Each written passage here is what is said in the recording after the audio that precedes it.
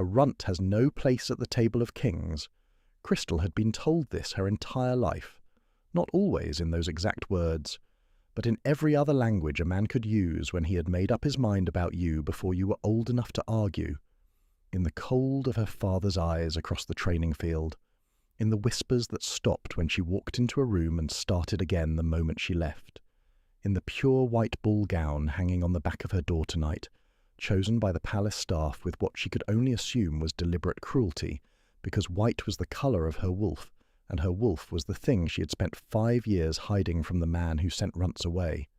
She straightened the silver tiara in the mirror. It went crooked. She straightened it again. It went crooked again. She left it, 18 years old tonight. In 1 hour she would walk into the great hall and shift her wolf form in front of 200 guests. Her father would see what she was. She had been dreading this moment since the night she was 12 years old, and Trix sat beside her in the dark forest and said, very quietly, that she was a white wolf, a white runt, small and white-furred, the smallest wolf born to the royal line in living memory. She had understood in her stomach before she understood in her mind what that meant for a princess whose father sent runts away. 5 years of training that wolf in secret, 5 years of Trix being the only living person who had seen it, 5 years of the silver tiara going crooked in the mirror every time she practiced looking like someone with a future ahead of her. She had a future. She was nearly certain. Her stomach was not certain. Her stomach had been stone since morning, cold and heavy and not available for argument. Her hands would not stay open. She noticed them in the mirror, both fists loose and half-closed against her thighs, and pressed them flat, and they closed again, slow and involuntary, like something separate from her making its own decision about tonight. She picked up the silver chain from the dressing table. The moonstone caught the candlelight and glowed warm against her fingers. It always did that when she touched it. A faint silver warmth she had never been able to explain, and had never quite been willing to ask about. Her father could not touch this chain without flinching. She had noticed this when she was 9 years old. She had never asked him why.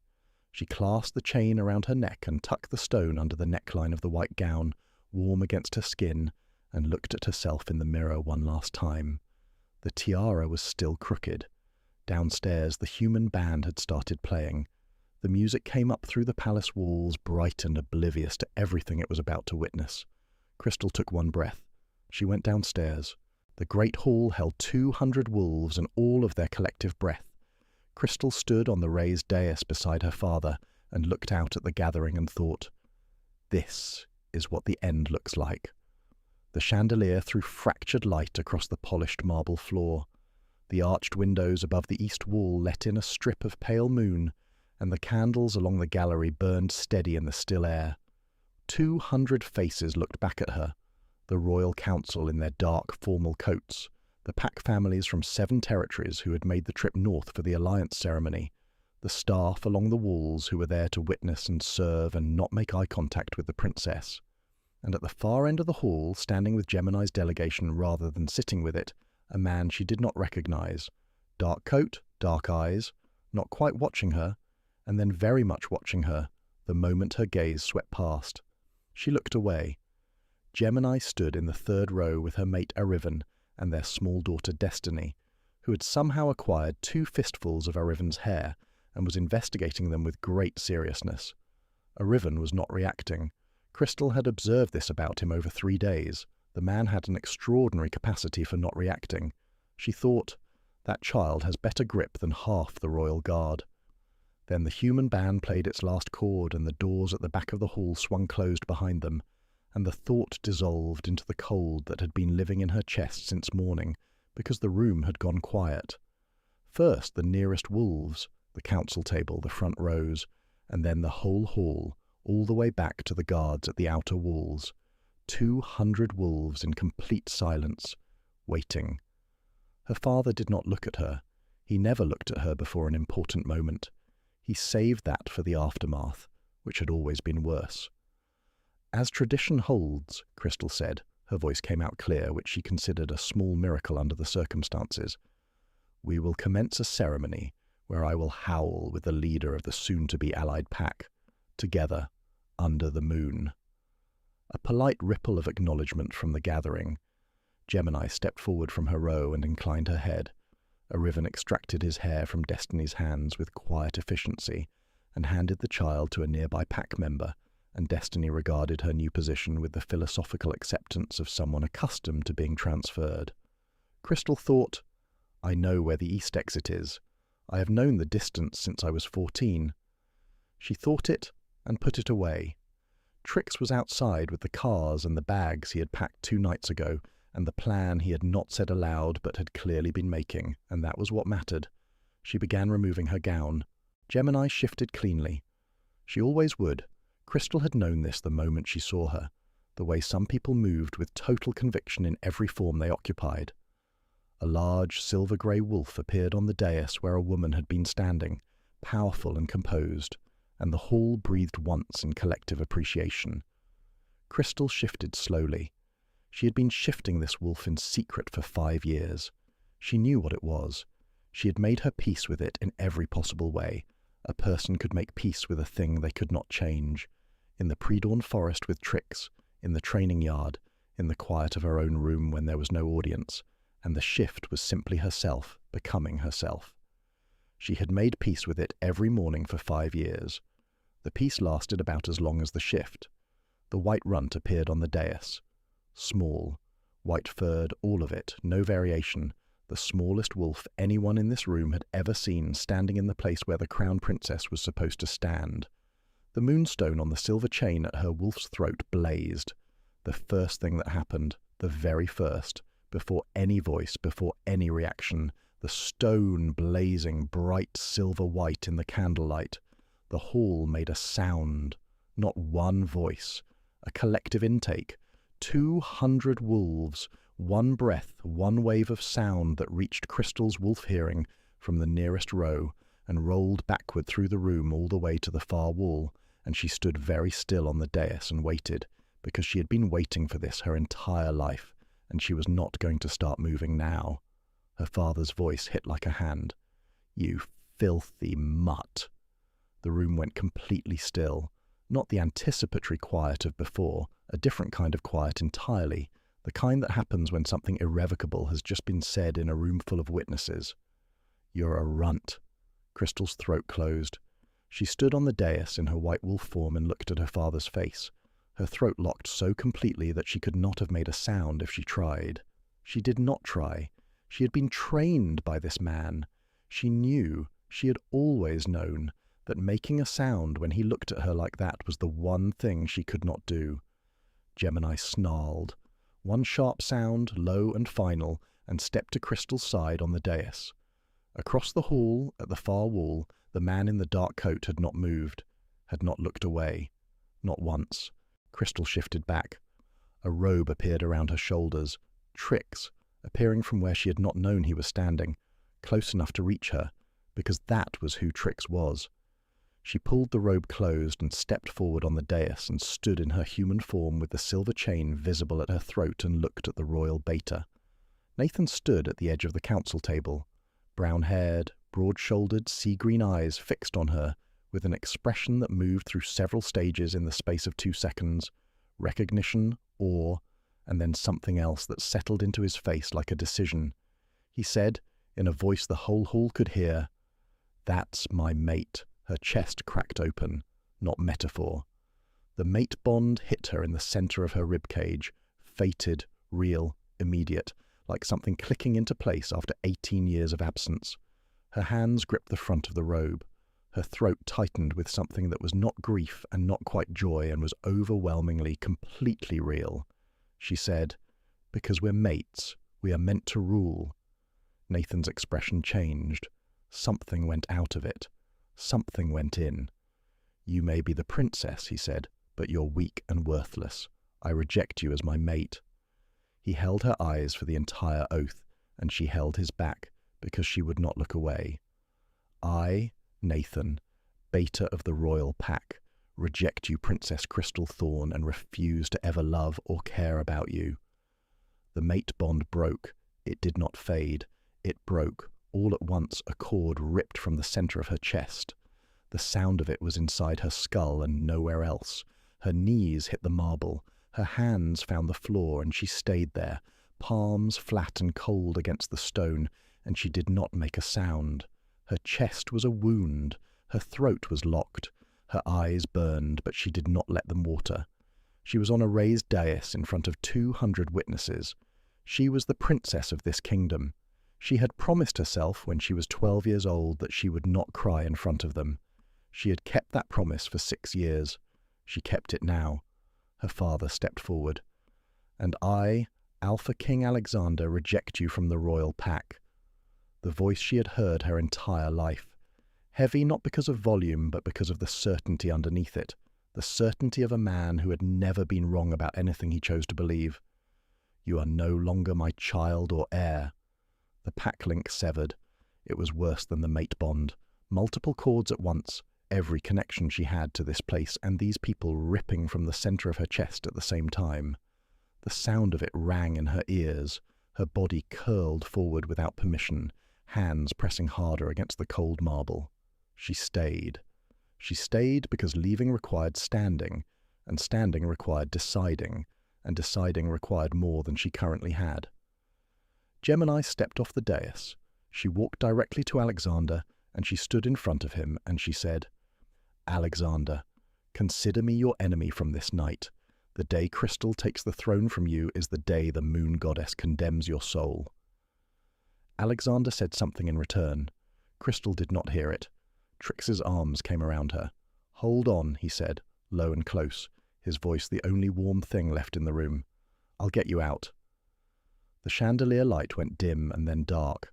The last thing she registered before it took her entirely was the far wall.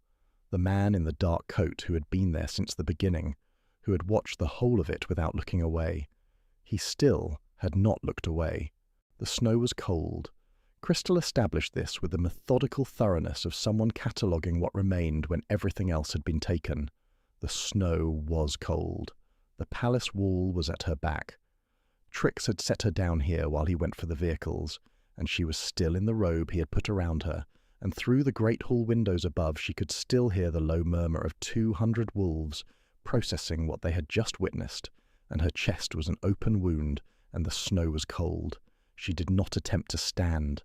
Her knees were on the ground, and her palms were flat against the snow, and the cold came up through them, steady and clear and entirely honest, which she found she preferred to the alternative.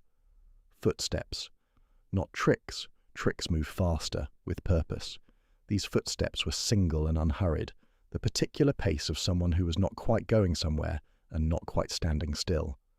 Crystal's wolf sense registered them the way she registered everything she could not immediately name.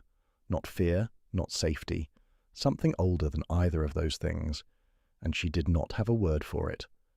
The footsteps stopped. Something crouched in the snow 3 feet from her. Not touching her, not speaking, just present, at 3 feet, in the dark. She knew without opening her eyes that it was the man from the far wall. She did not know how she knew. She did not examine it. "You shouldn't have come back to consciousness this fast," he said. His voice came from somewhere slightly to the left of her, looking away from her, she realized when she opened her eyes, looking at a point on the palace wall behind her, as though she were not, in fact, awake and therefore not someone who required acknowledgement. For someone so weak. He was crouching with his arms loosely across his knees, the dark coat, the dark hair, dark amber eyes pointed at the wall. Crystal sat there in the snow in a ceremonial robe and looked at him, and her chest was an open wound, and she thought, "That is a terrible thing to say to a person sitting in the snow." She said, "That is a terrible thing to say to a person sitting in the snow." "Yes," he said. He did not apologize. She appreciated that. She had been apologized to by more people in the past hour than in the previous 18 years combined, and every apology had been useless.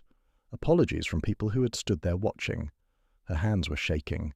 She pressed them flat against her thighs, and they stopped. She looked at him. "You were in the hall?" "Yes." "With Gemini's delegation?" "Yes." A brief silence. Somewhere in the dark beyond the palace wall, the sound of a car engine starting. "What are you doing here?" she said. He looked at her then, directly, for a half second, dark amber eyes steady and then away. like a concession to something. "I don't know yet," he said. The silver chain had slipped from her neck when she fell. She saw it in the snow before she fully understood what she was looking at. The chain and the stone, dark now, lying 2 feet to her left in the white, and her hand moved toward it before she decided to move it. He moved at the same time, not for her hand, for the chain. He picked it up out of the snow. He turned it once in his fingers, looking at the moonstone, which was dark and ordinary, and giving nothing away in the cold. Then he moved closer than 3 feet, the first time since he had crouched here. Crystal's spine shivered from the base all the way to the top of her skull. Not fear, not cold, not anything she had ever felt before. He reached behind her and clasped the chain around her neck. His fingers brushed the back of her neck. The moonstone blazed. Silver-white light, immediate and bright, visible in the dark, visible to both of them. Neither of them said anything. His hands went completely still at her neck. The light held for 3 seconds. 4, warm and steady against her throat. Crystal felt it in her spine first, the shiver reversing, turning from cold to warm. The warmth travelled up through her chest and into her hands. Her hands stopped shaking. Her chest, which had been an open wound since Nathan said those words, did something she could not name. It did not close exactly, but something fitted itself into the space, warm, inexplicable, and entirely without her permission. He pulled his hands back. He was looking at the stone, not at her. "This doesn't belong in the snow," he said. She said nothing. There was nothing to say about what the stone had just done. She did not have words for it, and she was not going to invent them at midnight in the snow outside a palace that had just cast her out. She put it at the top of the list she was building, all the things she was going to think about when she could afford to think, and looked at him. "What is your name?" she said. He looked at her again, the same half-second of full eye contact, before his gaze went slightly aside. "Does it matter tonight?" She thought about it honestly. "No," she said. He did not stand. She did not ask him to. The car engine she had heard was Trix pulling the vehicle around. She could see the headlights sweeping the entrance road in the distance. She had perhaps 2 minutes before she needed to be in a state to move. She used them. She sat in the snow with a stranger who had sat in it with her and said nothing useful, nothing painful, nothing apologetic. When she opened her eyes from where she had let them fall closed for a moment, his coat was around her shoulders. The warmth of it was immediate and total, and she did not ask when he had put it there. He was still there. Trix's headlights swept the entrance road, and Crystal looked up, and the man was gone. She was warm. His coat was around her shoulders. The moonstone was against her skin. He had not said goodbye, had not asked for the coat back, had not said his name. She stood up in the snow without anyone's help and walked to the car. Trix looked at the coat when she got in. He looked at it for a long moment with the expression of a man constructing a question he had already decided not to ask tonight. "Whose coat?" he said, not a question. "I don't know his name," Crystal said. Trix reached over and picked up her bag and put it on the back seat. "We can talk about this later or never. Both are fine." Crystal chose later, or at least not now, and watched the palace disappear in the window as they pulled onto the main road heading north. She had promised herself she would not look back. She looked back anyway. The palace was dark at the side entrance and very far away, and there was no one standing there, which was the expected outcome, and somehow worse than if there had been. She put her back against the seat and held the moonstone through the fabric of his coat, and told herself she was cataloguing, not thinking, and that the distinction mattered. 3 hours north, the Astria pack house was lit from every window. Alice came through the front door before the car had stopped moving. She was 10 years old and small and fast, and her arms were around Crystal's waist before Crystal's feet were fully on the ground, and she held on with both arms, and her stuffed rabbit pressed between them, and she did not say anything. She just held on. Crystal stood on the gravel drive with a stranger's coat around her shoulders, and a child's arms around her waist, and the moonstone warm against her sternum, and she put her own arms around Alice's back and held her in return. Her chest was still a wound. Her knees were still not entirely reliable. None of that changed the fact that she was warm.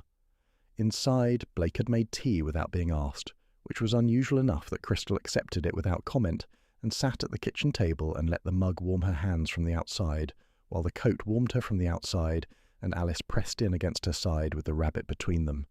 Alice looked at the coat. She looked at it for a long time, the way she looked at things she had already decided about but was verifying. Then, his aura was good. Flat. Certain. The tone she used when reporting facts. Crystal said, "That's nice." Alice nodded. She had the expression of someone confirming something she had already known. Crystal did not think about the coat or the man or the moonstone or the way her spine had shivered.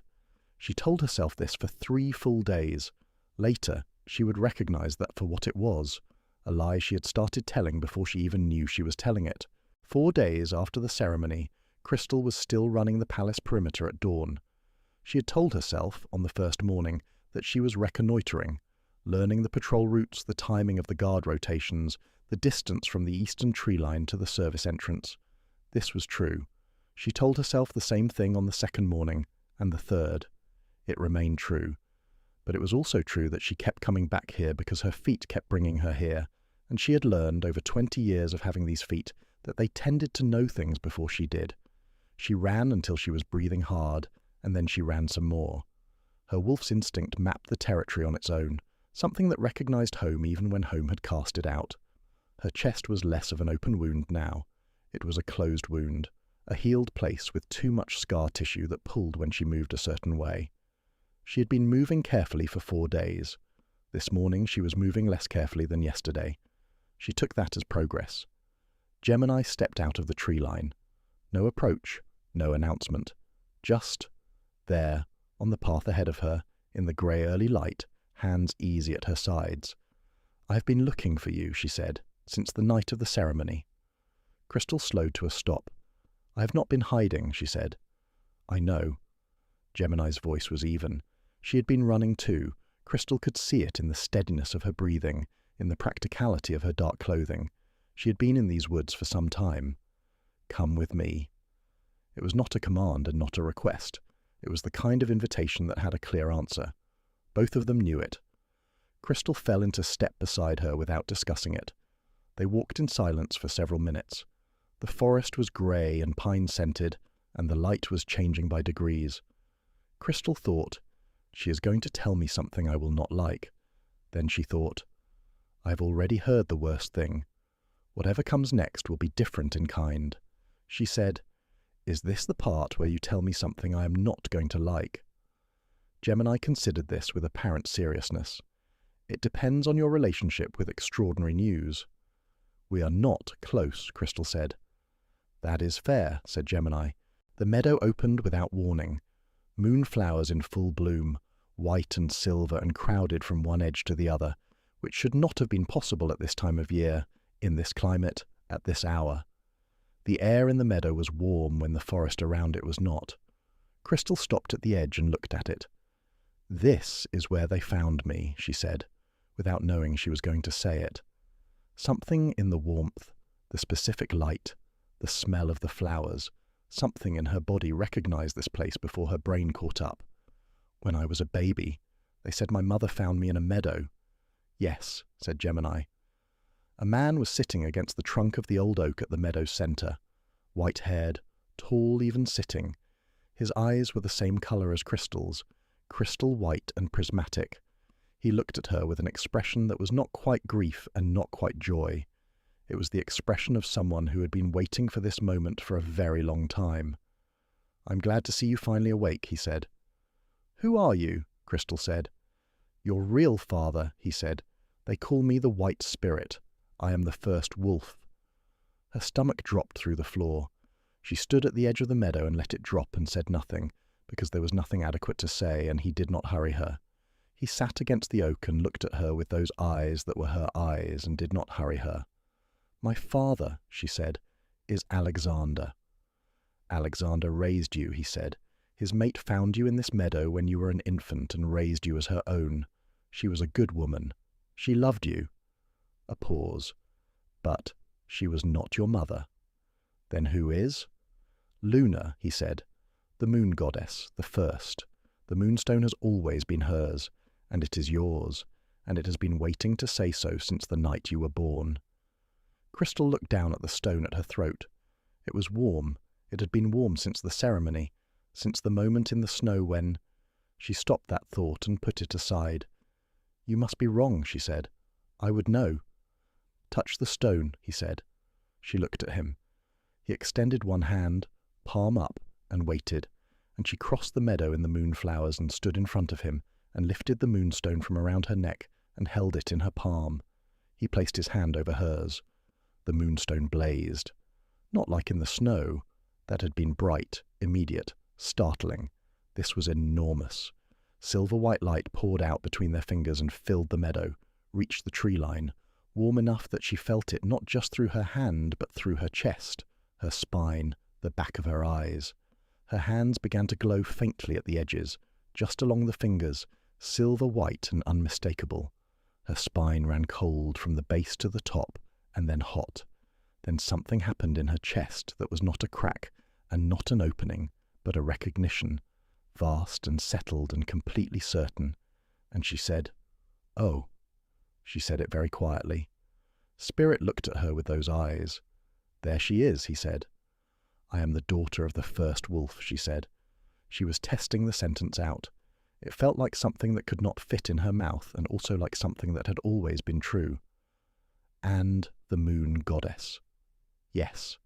"And Alexander is—" "Alexander was your father in every way that was real to you for 18 years, Spirit said, and his voice was careful and honest in equal measure. "He was not your blood. He did not know. His mate kept the secret. She loved you." Crystal stood in the moonflower meadow and held the blazing stone and thought about the woman she barely remembered, the warmth of her, the smell of her, the way she had died too early and too far away. What she must have known all along. Something in Crystal's eyes burned. She held them wide and let the warm air from the meadow do what it could. "The moonstone burns anyone else who touches it," she said, the pieces arranging themselves into order in spite of her. "That is why my father flinches from the chain." "Yes. And my silver immunity." "The original bloodline," he said. "Silver was always meant to mark you, not harm you." She stood there with the blazing stone and felt everything rearrange at once. 18 years of being told she was not enough. Still true, and now also wrong. And she said, "What do I do?" "I have more to tell you," Spirit said, "and then you will know." He looked at his hand over hers, and she could see that the meadow was already changing, the light already different, the warmth already leaving by degrees the way mornings did when they were over. "We do not have much time. Listen." The moonflowers dimmed when Spirit was gone. Crystal stood in the meadow with the stone cool in her palm and let herself be still for as long as it took to become the person who had just been told those things. The daughter of the first wolf and the moon goddess, the true heir to the wolf throne, hidden in moonflowers, preserved by the goddess of destiny, adopted by a barren queen who found her here and loved her enough to keep a secret that large for 18 years. The rightful claimant to a crown that had belonged to a line of false kings ever since her ancient brother Lupus had arranged her kidnapping and taken the throne for himself. Gemini crossed the meadow. She did not ask how Crystal was. She sat down in the moonflowers and waited, which Crystal appreciated more than any question could have earned. "There is more," Crystal said finally. "Yes," said Gemini. "Tell me." Gemini looked at her hands for a moment. "Nathan was ordered to reject you," she said. "On the night of the ceremony, the moon goddess, my mother, the current one, she acts for the first, visited him in a dream before the ceremony. He learned what you were. He learned that Alexander had already signed a death warrant for you, to be used the night of the rejection when you were too weak and too newly cast out to fight it." She paused. "The only thing that could save your life was looking genuinely destroyed. If you had known the rejection was a performance, your father would have seen it in your face, and the warrant would have been used." Crystal's stomach went hollow. "He sacrificed your trust in him," Gemini said quietly. "To keep you breathing. He has been carrying that since the night of the ceremony." The moonflowers moved in a brief wind. Crystal looked at them. She thought about Nathan's face when he said the words, the decision that had moved through his expression before he spoke. She had read it as disgust, and she had been wrong. She had been wrong, and he had needed her to be wrong, and she had been, and she was alive. "I understand," she said. "There is one more thing," Gemini said, "and it is the most urgent."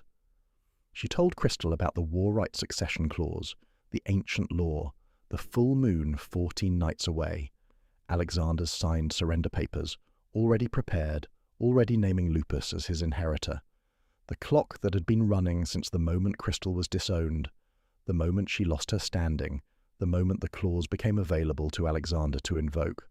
14 nights. Crystal let the number land in her body. Her stomach dropped and held. Not grief. She knew what grief felt like. This was practical, clear-eyed. The drop of someone who had just been handed a math problem. 14 nights, a clock, a law, a crown that was hers by bloodline, sitting on the head of a man who had been building toward this for years. "Who else knows about the clause?" she said. "Alexander," said Gemini, "and now you." The meadow was fully cool now, ordinary, the moonflowers still beautiful but no longer warm. Crystal clasped the moonstone back around her neck and stood up from the flowers. "Right," she said. She walked out of the meadow. Adrian was leaning against a pine tree at the meadow's edge. He had been there for some time. She could see it in the angle of the light, the way the morning had moved while she was in the meadow. He stood against the tree with his arms loosely crossed and his coat collar turned up against the cold, the stance of someone who had not recently arrived. He looked at her when she came out of the meadow. He did not explain himself. She stopped. "How long have you been there?" she said. "Long enough," he said. A pause. "I heard about the 14 nights," he said. She looked at him. He was looking slightly past her. The habit she had already catalogued, the half-turn of his gaze that was not avoidance exactly, but was not quite exposure either, like someone who had learned that full eye contact was a thing people used. She thought, he was in those woods before dawn. He has been in these woods since the ceremony. He has not gone back. "I don't have a plan," she said. "I know," he said. He pushed off the tree. He started walking, north, parallel to the palace perimeter. He had not asked her which way. She had not pointed. She followed anyway because her feet had been making decisions all week, and this was one more. Her spine was doing something quiet and persistent that she had been ignoring for 4 days. She added it to the list. They walked in silence for an entire mile. The morning light came down through the pines in cold strips, and the snow was packed under their boots, and birds were doing whatever birds did in the cold at this hour, which Crystal had always found deeply indifferent to her problems. At the end of the mile, she said, "You don't have to do this." He said, "I know." He kept walking. She kept walking beside him, and her chest did the thing it had been doing since the snow. She did not name it. The 14 nights ticked in the back of everything like a metronome, steady and unargued. She had gone into that meadow not knowing who she was. She had come out knowing. She still did not have a plan. But she was no longer going in the wrong direction. That was something. That would have to be enough for this morning. The Astria pack had been planning for 10 days.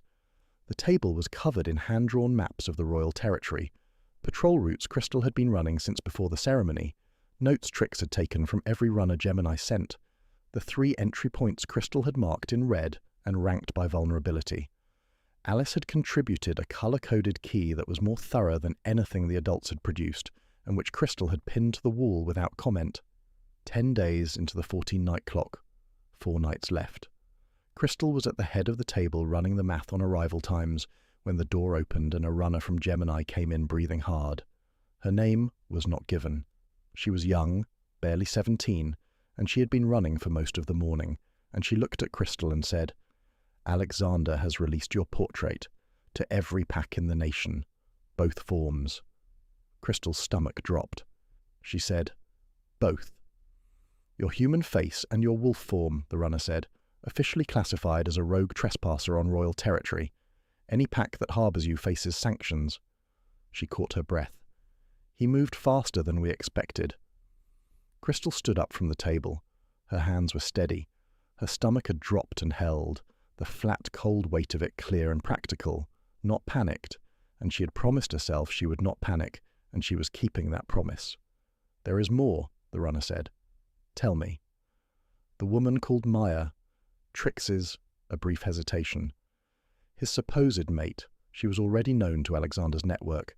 She had already sent a report, including the location of this house. The silence in the room lasted 1 second. "How long?" Trix said, from the doorway he had appeared in without Crystal noticing. His voice was the voice he used when he was deciding whether to be angry or practical and had not yet chosen. "How long ago?" 2 days, the runner said. The hunters were given orders this morning. Crystal looked at Alice, who was sitting on the floor with the colour-coded key in her lap. Alice looked back at her. Crystal thought, she already knows. Alice always already knows. "Pack what you need," Crystal said. "Alice, Blake, window now. Take the emergency bag." Alice was already standing. "Are we running?" she said, with the calm of someone who had done this before. "Yes," said Crystal. "Okay," said Alice. She was out of the kitchen before Crystal had finished the word. Crystal heard her calling Blake through the pack link, a quick, quiet burst, nothing panicked, and heard his answer from upstairs and heard Trix opening the back door. She sent through the pack link. "Blake, tell me when you're clear." His reply came immediately. "Already out." Alice grabbed the rabbit and the emergency money and your good jacket. She says she has a system. Crystal ran for the north exit and thought, of course she does. Outside, the first howl came from the south. Not close, not yet. They split in the forest the way they had planned they might. Trix went east with the pack members who needed cover. Crystal went north, alone, because the portrait had her wolf form, and the pack needed its members safe, and being near her was now a liability she was not going to pass on to anyone who had chosen to be loyal to her. She moved fast, and she moved low, and she mapped the patrol routes from memory, and found the gaps, and went through them. She was 2 miles north and hiding in the shadow of a limestone ridge when the pack link from Trix came in. "Pack house is occupied. We are clear. Everyone out." She sent back, "Alice and Blake confirmed clear." "Confirmed. Blake wants me to tell you his driving record is clean if you need a driver." She almost smiled. She did not. She settled against the ridge and calculated. 8 nights left on the clock. The portrait was everywhere. The house was compromised. She had no fixed location and no allies within reach except Trix and a Gemini runner who was already gone. She had the emergency money, which Alice had apparently been managing, with a rigor Crystal had never fully appreciated until now. She had the moonstone at her throat. She had her wolf. She had the 14-night clock ticking down to 8 nights. A runner reached her at dusk, one of Gemini's, different from the morning, face she did not know. Young, out of breath from a different direction. She watched him come and felt the particular weight of news she had not asked for and already knew she would not like. He said, "Adrian was taken." Her chest cracked, not the hollow drop of the mate bond breaking, not the cord of the pack link severing, something else entirely, something that had been sitting in her chest for 10 days, quiet and present and carefully unnamed. Now it cracked at a specific point, and the warmth that had been living there since the snow outside the palace poured sideways into cold. She said, "When?" "This morning. He crossed into royal territory. Alexander's wolves took him as a rogue trespasser. He is in the palace dungeon." She said, "How long has he been there?" "Since sunrise." 8 hours.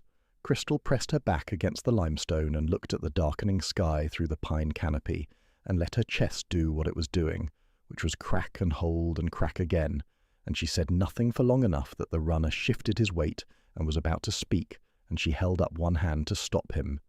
8 hours. 8 nights on the clock. The dungeon. Her pack scattered. Trix the only one within reach. She catalogued it the way she catalogued everything, methodically without panic, and at the bottom of the catalogue, underneath the clock and the portrait in the empty house, she placed the thing she had not been able to look at directly yet. She had been telling herself for 10 days that he was an ally, a resource, a complication, an unknown variable. Her chest was still cracking. She was done telling herself that. She sent through the pack link to Trix. "I need you." Trix. "Where?" "Crystal. North Ridge. Come when you can. We're going in tonight." A pause. Trix. "To get him out, or to challenge Alexander?" She thought about it. She looked at the clock. 8 nights. The arithmetic of it clear and non-negotiable. She thought about what she was doing if she went in for Adrian, what she was doing if she waited until she was ready, what the difference was between those two things, whether ready was something she was ever going to be. Crystal, first one, then the other. They went in at midnight. The patrol gaps Crystal had been mapping for 12 days were exactly where she had put them on the map. The east service entrance was unguarded on the half-hour. The dungeon stairs were below the east corridor, and the east corridor's guard rotation had a 4-minute gap between one watch and the next, and she and Trix moved through both of them without being seen. Third cell on the left. Adrian was sitting on the floor with his back against the stone wall, coat still on, arms across his knees, exactly as he had been sitting in the snow outside the palace 10 days ago. The same deliberate stillness of someone who was waiting and had decided to wait well. He was not injured, except for bruising at his wrists from the restraints they had used for transport and then removed. He looked at Crystal when she appeared in the torchlit doorway with the expression of a man who had made a prediction and been correct. "I've been waiting for you to show up," he said. "I was busy," Crystal said. She crossed the cell. She crouched in front of him and pressed her palm flat against the center of his chest, checking his heartbeat. That was what she told herself she was doing. Her hand was on his chest to check his heartbeat and confirm he was intact, and that was the whole of what she was doing. His heartbeat was even and strong and warm under her palm. Her spine did the thing it had been doing since the snow outside the palace. Her chest had been cracking since the runner told her he was taken. None of it stopped. She stayed exactly where she was, hand on his chest, spine lit up, chest still cracking, and she did not remove her hand. His hands came around her wrists, warm and steady and immediate, both of them, and not gripping, just there, encircling, the contact point of his palms against the inside of her wrists where her pulse was doing something she was not going to name out loud. Neither of them moved. 3 seconds. 4. Trix cleared his throat from the doorway. The sound was extremely neutral. Crystal stood up. She did not look at Trix. She said, "Can you move?" "I've been waiting for you to show up," Adrian said again. "You said that already," she said. He stood. He was fine. She could see it in the ease of it. No favoring, no hesitation. Whatever they had done to him in 8 hours, it had not been designed to break him. It had been designed to hold him until Alexander decided what to use him for. They went, outside the dungeon, in the east corridor, with the guard rotation still 3 minutes from turning. Trix fell in behind them and walked in silence until they were through the service entrance and into the cold night. Then he said, in a tone of absolute professional neutrality, "I'm going to need a very good story for this, in my own time." Crystal said nothing. Adrian said nothing. Trix said, "Right," and walked on. 3 days later, 7 nights left. They had moved the camp twice since the dungeon. Staying ahead of the search patterns Crystal mapped from the patrol movements she tracked every morning before dawn. The portrait was everywhere. The clock was 7 nights. Crystal was at the edge of the firelight looking at nothing when the underbrush moved at the south side of the camp. She was on her feet before she had processed what she was hearing. Her hand on the silver knife at her belt that she had not used and was not going to need to use because what came through the underbrush was not a hunter. It was a wolf, a soulless. She knew them by the smell. Trix had taught her to know them years ago, and this one was wrong in a specific way she had not seen before. It was moving slowly, with the careful steps of something not hunting, but delivering. It was wearing a silver crown. The crown was burning it. She could see the sores on its neck and shoulders where the silver touched its fur, the laboured walk of something in continuous pain that had been ordered to continue anyway. She did not move. It reached her. It stopped. It looked at her with the eyes of something that might once have been a person, and it dropped a folded piece of paper at her feet, and then it took 5 more steps away from her and collapsed. The silver crown killed it. That was what the crown was for. Crystal stood in the firelight and looked at the wolf for a moment. She thought of Alice in the kitchen the night after the ceremony, watching the wolf in the road with her rabbit clutched in both arms. How cruel, Alice had said once when Crystal told her about Solus. He never chose to be a rogue nor a soulless. She removed the silver crown from the dead wolf's neck. It did not burn her hands. She folded it carefully. Then she picked up the note and opened it. The handwriting was careful and slightly theatrical, the penmanship of someone who enjoyed the weight of what they were writing. "Hello, little sister. Glad to see you lived so I can kill you myself. Can't wait to see you next week. Be prepared. Your loving brother, the Rogue King." Crystal read the note twice. She folded it in the same careful way she had folded the crown. She put both down on the ground beside the dead wolf. Then she stood up and looked at the fire. 7 knights, signed surrender papers, a soulless army mobilizing somewhere to the north, a brother who had been trying to have her killed since before she knew she was herself. The clock had a body count now, a real one, not just a legal abstraction. Every wolf in the nation who would fall under Lupus's rule if she did not make it to that great hall before the full moon rose. She had a direction. She had 7 knights. Adrian was on the other side of the fire. He had not looked at the note. He was looking at her. 1 step closer than he had been a moment ago. She had not noticed the step until it was taken. She was not certain when that had started being a thing she tracked. 6 inches between them. The fire's warmth on her left and his warmth on her right. She did not close the distance and she did not step away. The 6 inches stayed exactly 6 inches, while Trix moved quietly to the other side of the camp to give them something they had not asked for. "Alice says the emergency money is enough to get us to the palace," Crystal said. "Yes," said Trix from the other side of the camp without turning around. "Then we go in tomorrow." Not an announcement, not a speech, just the next thing, because the next thing was the only thing left. "Do we have a plan?" Trix said. "We have a direction," Crystal said. A pause. "That is not the same thing," Trix said. "It is not," Crystal said. He looked at Adrian. Adrian looked at him. "We have a direction," Adrian said. Trix pinched the bridge of his nose. "Fine," he said. The fire burned down. 7 knights, 1 direction.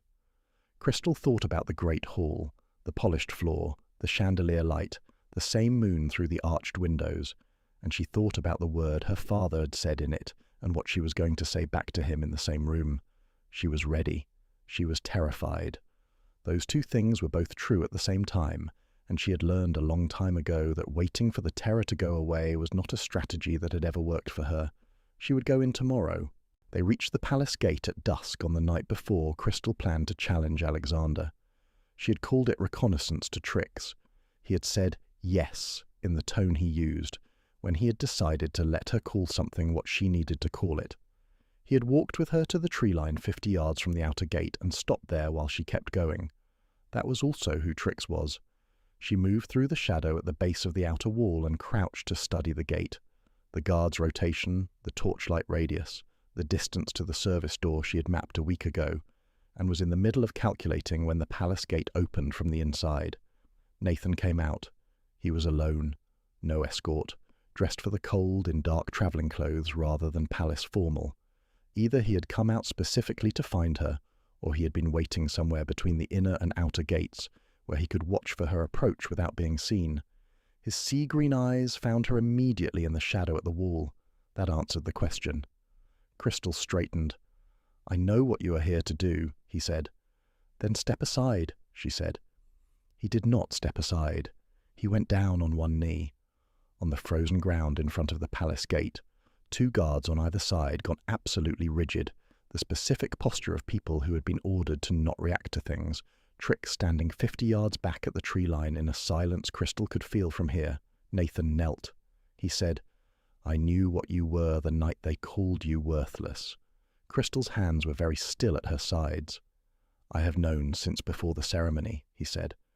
"The moon goddess visited me in a dream, and I was told what you were, and I was told what Alexander had arranged for you, and I was told that the only way to save your life was to perform a rejection so complete that no one, including you, could doubt that I meant it." His voice held steady. He did not look away from her. "I am sorry I could not tell you then.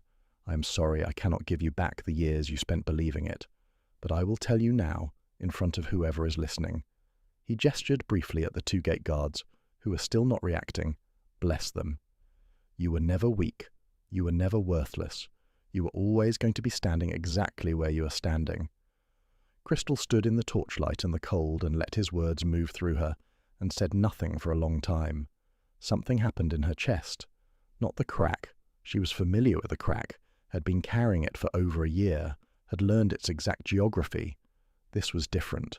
This was a door she had not known was sealed, opening inward, and the thing that came through the door was warm and old and enormous.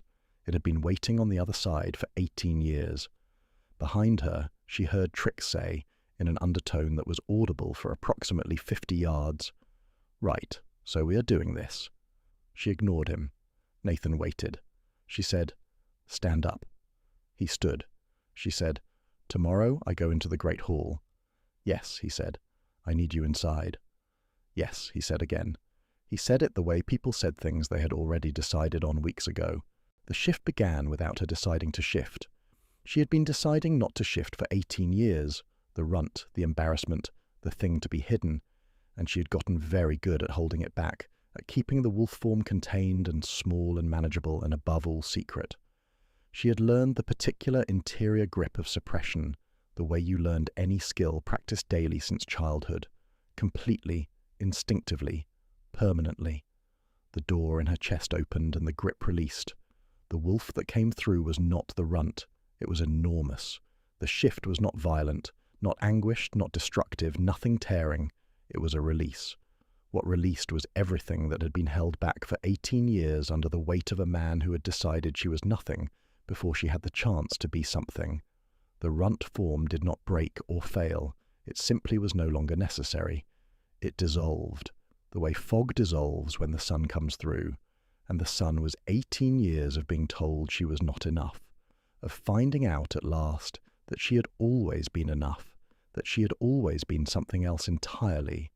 The white spirit, silver white from nose to tail, enormous, the moonstone at her wolf's throat blazing so brightly that it lit the ground under her paws, and the face of the palace gate, and the faces of the 2 gate guards, who both went to one knee without discussing it.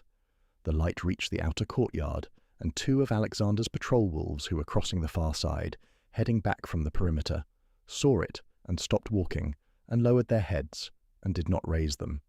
Nathan was still on his feet. "I knew what you were," he said again, softly looking at her. "I knew it the night they called you worthless." His voice was rough at the edges. "I have known it since." Crystal held the form. She had shifted to this form in secret 100 times.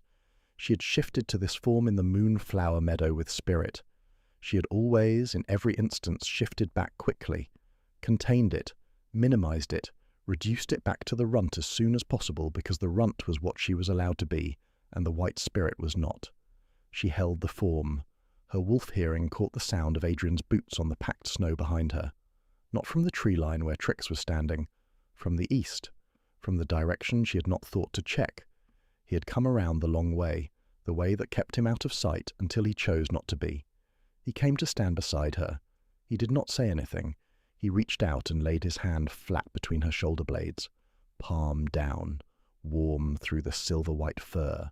The contact was steady and certain and not tentative, the touch of someone who had made up his mind about something and was not interested in walking it back. She held the form. She held it and let his hand be there, and looked at the palace gate and thought she was not going to fight herself any more. That was the only thought she had room for. She was not going to push herself down to the size they needed her to be, not going to make herself small enough to fit through the door they left open for her. She would make her own door. Trix, from the tree line, said, "Any thoughts?" Adrian's hand stayed where it was. "Several," he said. A pause. "Right," said Trix. His voice was not entirely neutral. The great hall looked exactly the same chandeliers, same arched windows, same polished floor with the cold seam of morning light running down it from the east windows, same dais where she had stood in a white gown with a crooked tiara and waited for the worst thing that had ever happened to her, and it had happened exactly there, in that room, on that floor, in front of these walls. She had been carrying this room for a year. She put it down now. The double doors at the far end opened before she touched them. 2 palace wolves, apparently told or simply understanding something about this morning that required no telling, pulled the doors apart, and stood aside. Crystal walked through. The council was in session. Alexander was at the head of the long table mid-sentence, some administrative matter about the Western Pack Alliance, and he stopped. The nearest council members stopped. The whole table went quiet in the same stages she remembered from the ceremony. The nearest first, then the whole room, all the way back to the guards at the outer walls. Nathan slipped in at the east door. Adrian 2 steps behind Crystal. Trix 3 steps behind him. Alexander looked at Crystal. "How did you get in here?" he said. "The side entrance," she said. "The patrol schedule has not changed in 4 years." A council member at the far end of the table said, in an undertone meant to be private and succeeding at approximately nothing, Is that the runt?" Nathan, from the east door. "Yes." Crystal did not look at either of them. She looked at Alexander. "I am here to challenge the Alpha King for the throne of the Wolf Nation," she said. "Under the right of blood claim, I invoke the true heir clause." The room stayed very still. Alexander's jaw tightened. She watched it happen and recognized it, the specific tightening of a man who had been preparing for something and was now recalculating whether his preparation was sufficient. She had been watching this face for 18 years. She knew every signal it sent. He was not sure he would win. She was. Alexander accepted. He stood up from the table and said, "Knowing you are not truly my daughter brings me great joy.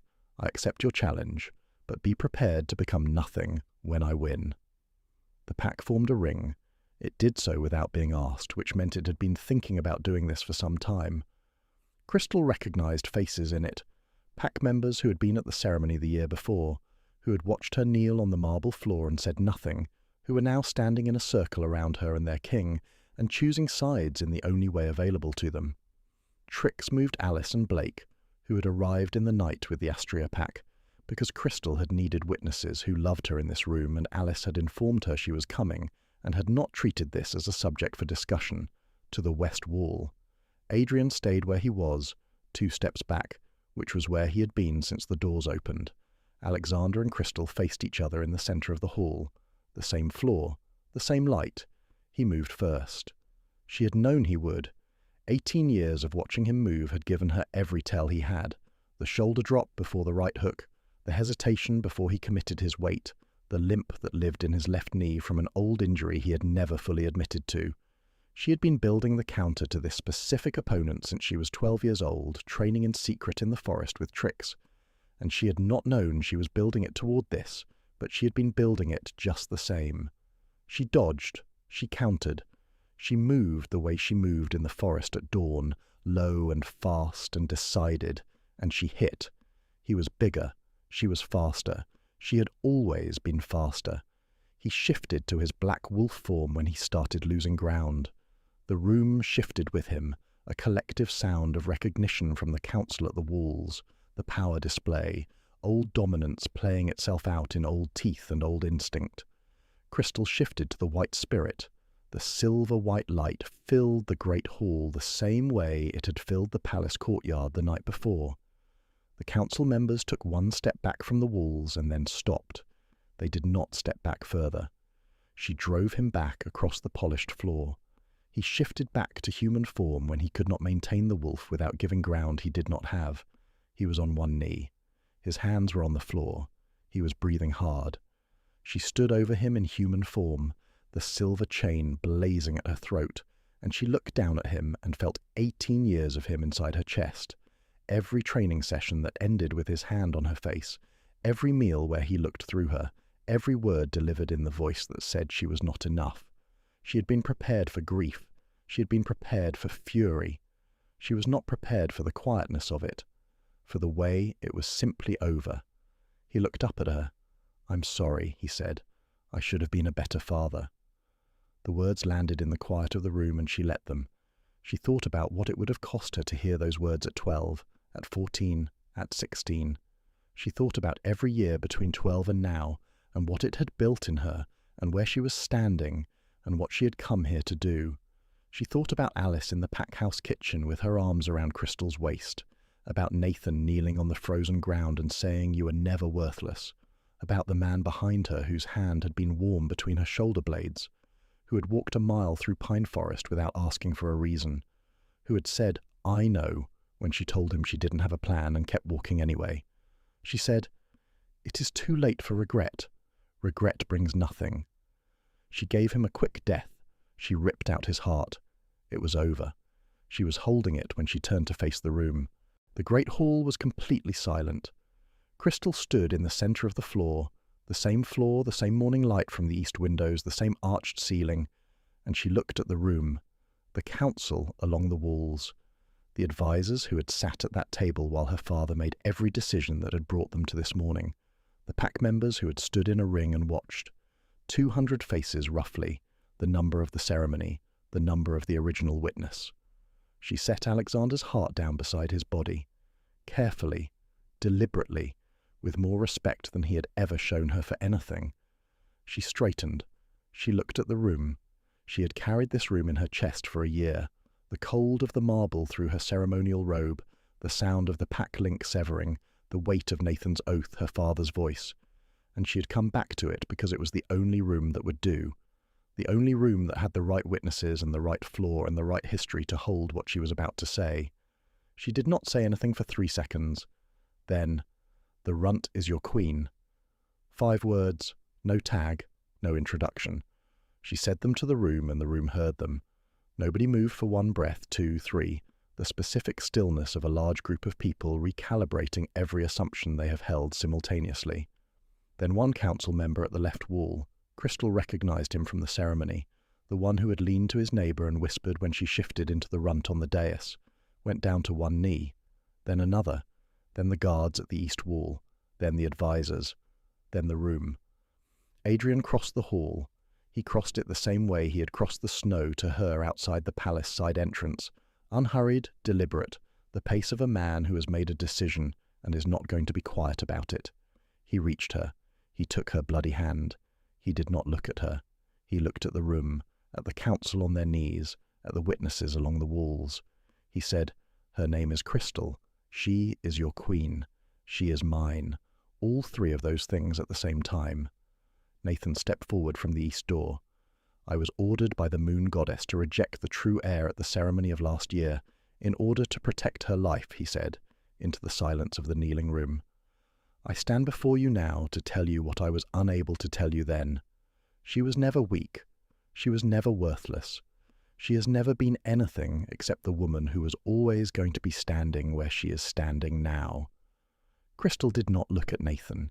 She was looking at the floor, the same floor, the marble she had knelt on and pressed her palms against and refused to fall further, the floor that had been cold and hard and indifferent when her pack link tore out of her chest, when her fated mate's oath cut the last tether she had to the people who were supposed to choose her. She said, "Nathan." He stopped. "Stand up," she said. He stood. "You are my beta," she said, "as of this morning." The first decree of her reign. The witnesses heard it. Adrian's hand was warm around hers, bloody and warm and not moving. The room was kneeling, the same hall where it had stood and watched her be destroyed. She was standing in the center of it. The moonstone blazed at her throat. The floor was carrying her. It had been cold once. Now it was not. 4 years later, the throne room had been rearranged. Crystal had done this in her first week. Moved the council table, opened the eastern window panels to let the forest in, replaced the artificial pine cleaner the palace had been using with nothing, just the cold outside air and the smell of the trees and whatever was baking in the kitchen below. It was a small thing. She had done hundreds of small things. She was still doing them. The twins were on the thrones. Aurora and Nova, 4 years old, white curly-haired and serious, had climbed them the moment Crystal turned her back, and were currently engaged in some kind of parallel investigation of the armrests that Crystal had interrupted twice already, and was choosing not to interrupt a 3rd time on the grounds that at least they were doing it together and not screaming about it. Baby Isaac made a sound from the bassinet by the east window. Not distressed, just present, the particular sound of a person who had recently noticed that they were awake and was bringing this to the room's attention. Crystal went to him first. She picked him up and held him against her chest, and he made the same sound at a lower volume, which she had come to understand meant satisfied. His weight was specific and familiar, and entirely irreplaceable. She stood at the east window with him and looked out at the forest. Pine and old snow and the grey of a winter morning that had not quite decided what it was going to be, and thought about nothing specific. That was a luxury she had not had 4 years ago. She had been learning to use it since. Nathan came in from the corridor. He looked different from a year ago, which was to say he looked like himself, like the person he had been working toward being after spending 18 years performing a version of himself designed to protect someone else. He had his mate Laura with him now, a small dark-haired woman with a look of permanent calm that Crystal found deeply reassuring in someone who was going to be spending significant time in this palace. He bowed slightly when he entered. Crystal had asked him 3 times not to do that. He continued anyway, because some habits outlasted the reasons for them. "The last of the rebel faction," he said. "It is done." Crystal looked at him. "Good," she said. She meant more than that. She could see that he knew it. The soulless had been fewer every season for 3 years now. The packs that had aligned with Lupus out of fear or opportunism had come in 1s and 2s, asking for terms. Crystal had offered terms, not unconditional, not without accountability, but without the permanent exclusion Alexander had used as his primary tool of governance. The rogue wolves who had spent years without packs, who had been criminals by definition under laws Crystal abolished in her first year, were finding places now, slowly, imperfectly, the way everything real happened. Outside in the corridor, Trix's voice arrived before Trix did, explaining something to his son Jacob with the patient tone of a man who had already said this 3 times and accepted that a 4th would be necessary. Then Trix himself appeared in the doorway, Jacob behind him, Marcy behind both of them with the expression she had worn for 4 years whenever she contemplated the particular gift of having Trix as her mate. Crystal caught her eye. Marcy mouthed, "Karaoke Fridays." Crystal mouthed back, "I know." Then the throne room doors at the far end opened and Adrian came in from his trip. Nova saw him first. She launched herself from the throne. "Papa!"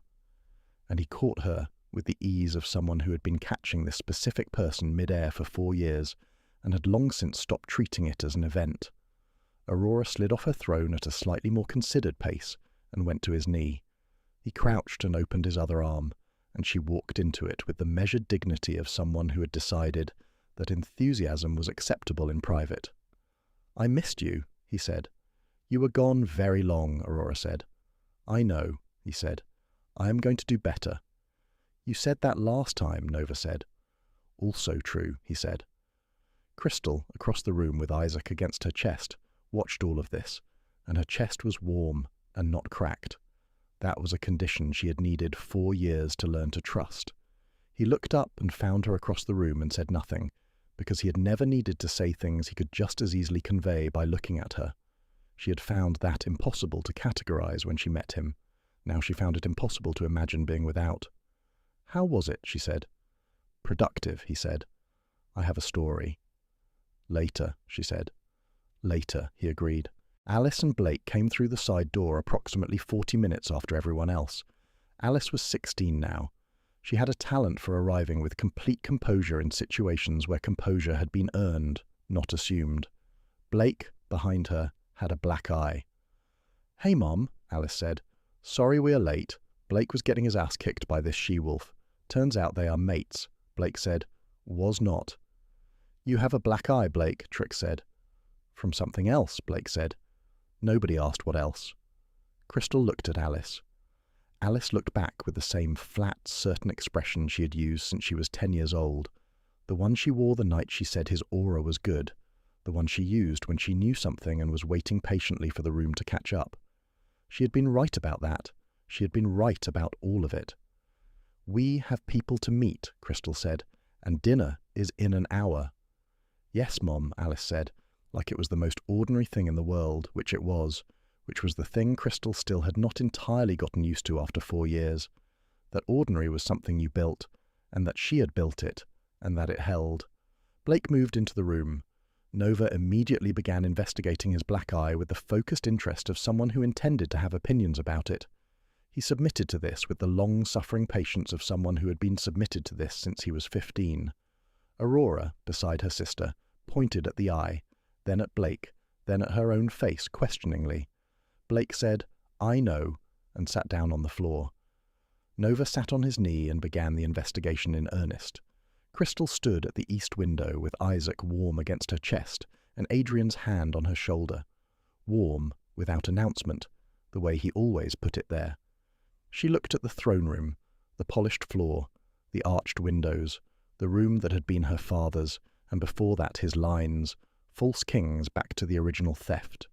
The room she had come back to with nothing except the truth and the people behind her who knew it. She thought, a runt has no place at the table of kings. She never did. She built the table. Adrian's hand on her shoulder, warm and steady. Isaac making his awake and content sound against her collarbone. The twins arguing about something involving the armrests.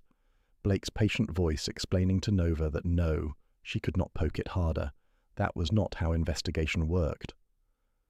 Alice sitting in her father's chair at the council table with the authority of someone who had been informally managing the emergency funds for 2 years and had simply not announced it.